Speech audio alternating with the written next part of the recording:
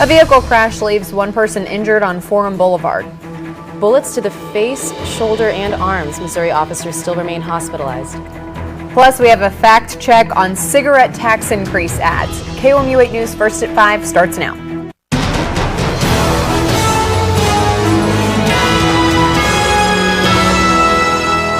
One person is in the hospital after a crash on Forum Boulevard. Good afternoon. I'm Brittany Pieper. And I'm Khaki Martin. KOMU 8's Anthony Romano is in the studio with more details on the crash. The crash happened shortly before noon near the intersection of Forum Boulevard and Stadium Boulevard. Columbia police say the vehicle was heading north on Forum when it skidded off the road and crashed into a tree. One of the two occupants suffered minor injuries and was transported to an area hospital. The driver sought treatment on his own. Columbia police told me it was unclear why the vehicle left the road in the first place and that both occupants were wearing their seatbelts.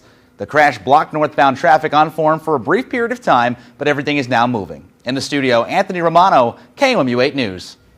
Thank you, Anthony. An Amber Alert in St. Louis has tragically ended with the death of two children and their suspected captor. Police in St. Louis County sent out the Amber Alert last night after a 5-year-old boy and his 4-year-old brother went missing. Police say the suspected kidnapper was their father, Christopher Kadenbach. Officers found the suspect waiting in a car with his children. Kadenbach pulled out a gun when police approached the vehicle, shot his two children, then shot himself. Police continue to investigate. With the election just 2 days away, there has been a flood of advertisements trying to sway voters. Several of those ads focus on Missouri Constitutional Amendment 3, also known as the tobacco tax increase. KOMU 8's Laura Barcheski joins us with a Target 8 fact check of an ad supporting the amendment. If Amendment 3 is passed, there would be a 60-cent tax increase on cigarettes, and cigarette wholesalers would have to pay a 67-cent fee per pack of cigarettes. The money generated by this amendment would go into a fund called the Early Childhood Health and Education Trust Fund. But some are worried the money won't go into that fund and would get used for other purposes. Vote Yes on 3 for Kids has released several ads concerning the issue. I went through one of its more popular ads line by line to see if the claims were true, false, or incomplete. Here's what I found. Education. Adults. The ad by Vote Yes on 3 for Kids claims, investing in our education will improve the economy. Target 8 found this claim to be true. According to a study done by the University of Pennsylvania, participation in high-quality early care can help children avoid special education, grade repetition, early parenthood, and incarceration, all outcomes that imply large costs for government and for society. The ad continues. Preparing kids like me for better jobs, raising graduation rates. This is true. According to a report from the Office of the President of the United States, participants had higher high school graduation and college attendance rates, as well as more years of schooling. These achievements gains translated into large earnings gains as participants entered the labor force. Missouri has the lowest cigarette tax in the nation. This is also true. The CDC reports that Missouri is currently the lowest at 17 cents. Politicians can't touch any of the money. Not a dime. This is true. The amendment states any monies credited to and deposited in the fund shall be used only for purposes which are authorized by this section. It shall not be diverted to any other purpose and shall not be subject to the provisions of Section 33.080 or other similar law. But the executive director of the MPCA, Ron Leone, who opposes the amendment, thinks otherwise. We have in the past 20, 30 years have seen broken lockbox funding promises with respect to the casino money and the lottery money. The reason those promises were broken is because there is no such thing as a lockbox. The money that would be generated by Amendment 3, assuming it passes, goes through Jefferson City, it goes through the appropriations process. So we think the wording is very clear that the politicians cannot divert the money. And we learned from the gaming and the lottery stuff where the money just went into general appropriations or into general revenue and was later diverted. And so we've put some of those safeguards in. You can find this story and all of the documents mentioned, as well as the ad check on the opposition under the Target 8 tab. The Target 8 team also fact-checked an ad by the opposing parties. Be sure to tune in for that report tonight at 10. In the studio, Laura Barcheski, KOMU 8 News. The final NBC Wall Street Journal poll of the presidential campaign is in. The results are showing Hillary Clinton holding a narrow lead over Donald Trump. Clinton's advantage over Trump is 48 to 43%, but Clinton's lead is down from the 11-point margin she had in mid-October. This newest survey comes after FBI Director James Comey sent a letter to Congress regarding Clinton's email investigation. A protester at a Trump rally last night claims the crowd violently tackled him. Trump was speaking when the disturbance prompted Secret Service agents to storm the podium and move him to safety. Officials found no weapons on the protester. The protester says he's been holding a Republicans Against Trump sign during the incident. There were people who were on my neck, basically trying to choke me. And so, growing up as a wrestler, I know I at least had to give myself a little bit of air. So I wasn't going to allow them to completely choke me out. But had I not had that training, it's possible I wouldn't be here talking to you today. A bulletin distributed by a Catholic church in San Diego is causing controversy with its political statements, calling into question the separation of church and state. The bulletin article, written by the Immaculate Conception Catholic Church pastor, suggests the devil is working through Hillary Clinton. The same bulletin called voting Democrat a mortal sin. Protesters continue to gather, arguing it's not the church's place to weigh in on politics. We had some absolutely gorgeous fall weather this weekend, so let's send it over to Kenton to see what the rest of the week has in store. All right, Brittany, thank you very much. And looking at temperatures, they're really just in the middle 50s and lower 60s all across mid-Missouri. A few clouds out there. Winds, not much to worry about either, just about 5 to 10 miles an hour, everything from the southeast at this point. It is going to be a cool night for us as well. Temperatures under these clear skies getting down into the lower 50s already by about midnight. And as we head into tomorrow, high temperatures are still going to be very actually seasonal for this time of the year. We're at 68 degrees here for that high temperature with, actually that is about 10 degrees above average. We're more seasonal though for the rest of our week. We are mostly cloudy though because by the afternoon, a lot of us not only seeing cloud cover, but areas west of Highway 63 could have a few passing showers. Those will slowly exit throughout Tuesday for Election Day. And overall, we're only expecting about 1/4 of an inch or less. If you want to go ahead and take a quick look at the rest of our 8-day forecast here, we're again, mainly just in the middle and upper 50s for the week ahead. Feeling much like fall, but we do have those rain chances. I'll have those details coming up after the break. 2 suicide bombers killed at least 20 people and injured more than 100 in Iraq. We'll have the full details of the attack coming up. Plus, 2 Missouri officers remain hospitalized. We'll tell you what happened and how they're doing. And you're looking live over the Lake of the Ozarks this fine Sunday. This is KOMU 8 News, first at 5, coverage you can count on. Welcome back to KOMU 8 News, first at 5. Thanks for joining us on a Sunday here, and you can see a gorgeous sunset over the Sedalia area in Pettis County. And this sunset, of course, is now about an hour earlier than it would have been yesterday, now that we had that time change overnight, but still gorgeous nonetheless. Looking at temperatures here for the week ahead, we are going to see a cool down here, at least by Tuesday, or actually warmer here tomorrow at 68 degrees for the high temperature. Then we're at 62 on Wednesday. We have a frontal system rolling through the area from Monday night into Tuesday morning, going to give us a slight chance for some passing showers out there. Then we're at 56 on Wednesday. The first day we've been average with our temperatures for weeks now on end. It's been very warm here, as you know, and we're going to stay right around that average mark for the rest of this week, heading into the weekend as well. Temperatures right now, though, about 60 in St. Louis, 58 over in Kansas City. A bit warmer down to our south, cooler, though, over here in Dodge City, Kansas. There's some rain, some cloud cover over there. Here, a little closer to home, 55 in Mexico, 60 in Columbia, 56 in Boonville. Lynn, you're at 57 in Versailles. You are as well, 61 down at Lake of the Ozarks. Winds, though, just right on from the east and the southeast here in mid-Missouri, about 5 to 10 mile an hour winds. They're going to slightly even be just a little bit less or so as we head into our overnight hours.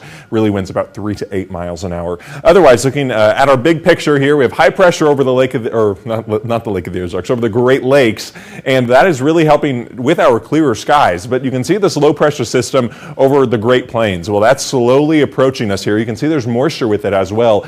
And so that moisture is going to mix with our next weather maker, kind of 2 weather makers that are going to combine, because this cold front's going to speed up a bit, and it's actually going to meet up with a lot of this moisture, and then it will slowly push through Missouri, again, mainly Monday evening heading into Tuesday morning. So let's track this hour by hour. As you can see, a lot of that moisture still building up as that cold front moves a bit closer. Here's 7 a.m. on Monday. Tomorrow morning, most of us are still mostly sunny by this point, but we are going to see the clouds clouds increasing from the west throughout our day. So already mostly cloudy by noon for areas west of Highway 63. And we're also looking at some showers slowly moving in here.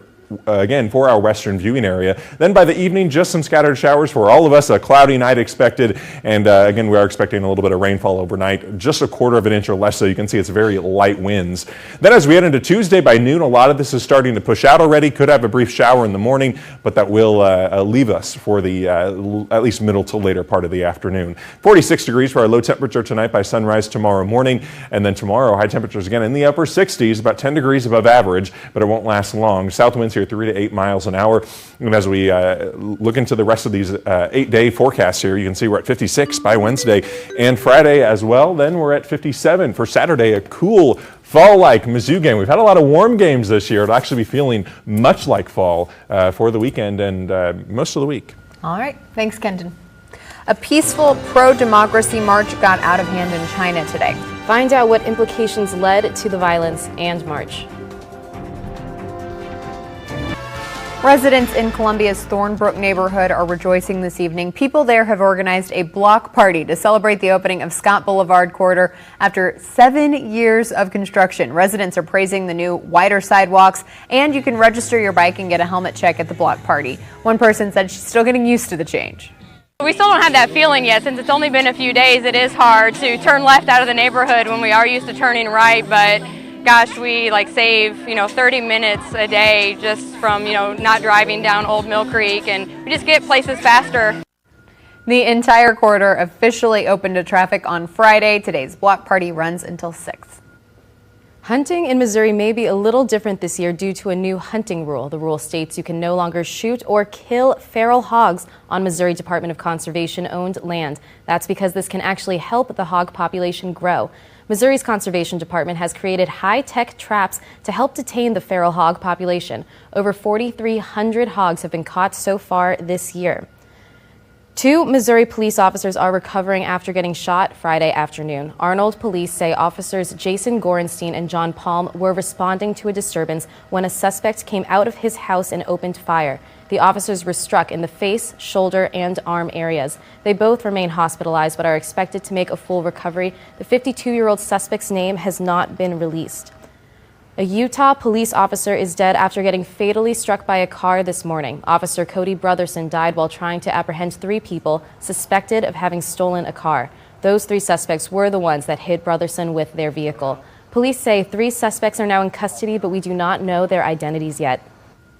A quadruple homicide suspect is officially charged with 4 counts of murder today. Exactly 13 years ago, 4 people were slaughtered inside Superbike Motorsports in South Carolina. Investigators say Todd Colehep confessed to this crime after the arrest of the kidnapping of Kayla Brown.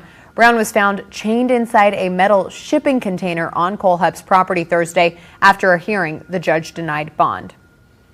Thousands in Hong Kong are taking to the streets after Beijing announced it would intervene to deter pro-democracy activism in the country. The dispute centers around a provocative display of anti-China sentiment by 2 newly elected pro-independence Hong Kong lawmakers at their swearing-in ceremony last month. China's top legislative panel says their actions are a threat to national security.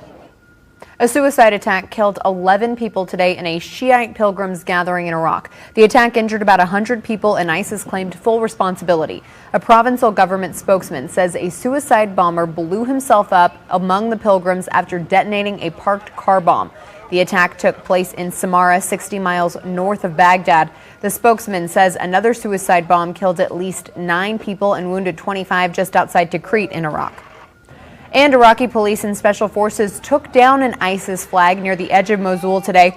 When the ISIS flag was taken down, residents of the town were seen celebrating and reuniting with family members. Recapturing Mosul would crush the Iraqi half of the caliphate declared by ISIS in 2014. Several companies across the nation are providing a little extra motivation for their workers to go vote. We'll tell you about it after the break.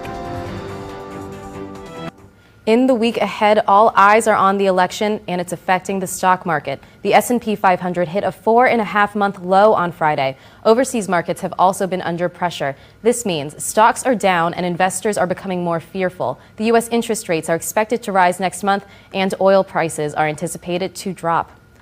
Although there is no federal law requiring workers to get time off to vote, Election Day will be a paid holiday for thousands across the U.S. this year. General Motors is one of many companies that make Election Day a paid holiday. And Ford sent out an email to workers telling them, quote, "Every vote counts." As 9 states prepare to vote on legalizing marijuana, Colorado has a 2-year head start. Their budding entrepreneurs are finding all kinds of pot-related businesses, including weed weddings. NBC's Jane Wells reports. A wedding can be stressful. Beck Coop takes the stress out of it by putting pot in the bouquet. The motto is straight from your bouquet to your bowl, so you literally can take it out and smoke it. She owns Buds and Blossoms for people who want to celebrate with more than champagne. We've had weddings with upwards of 120 joints at one wedding. Last year, she did 6 weddings. This year, she doubled that. Most include a bud bar, which can cost up to $85 an hour. Best story ever was a grandma came up and she wanted to try some cannabis soda. She took a little sip and she was like, "My grandson tells me I'm going to feel great." So I made sure we gave her a nice small dose, and seriously, within about an hour, she was out dancing harder than I've ever seen a grandma dance at a wedding. I love the leaves. She's also learned to deal with wedding guests who are not comfortable around pot. That's when you set up the bud bar in a completely separate area. Then there's the plant itself. These guys right here are just absolutely stellar. But this weed wilts quickly without water. It's an incredibly fragile plant. But Coop's budding idea is starting to blossom into something much bigger. She and 2 partners started their own cannabis wedding expo after being turned down for a regular bridal convention. The profit margins off of the expos are quite nice. I can't wait to retire before I'm 50. That's my goal.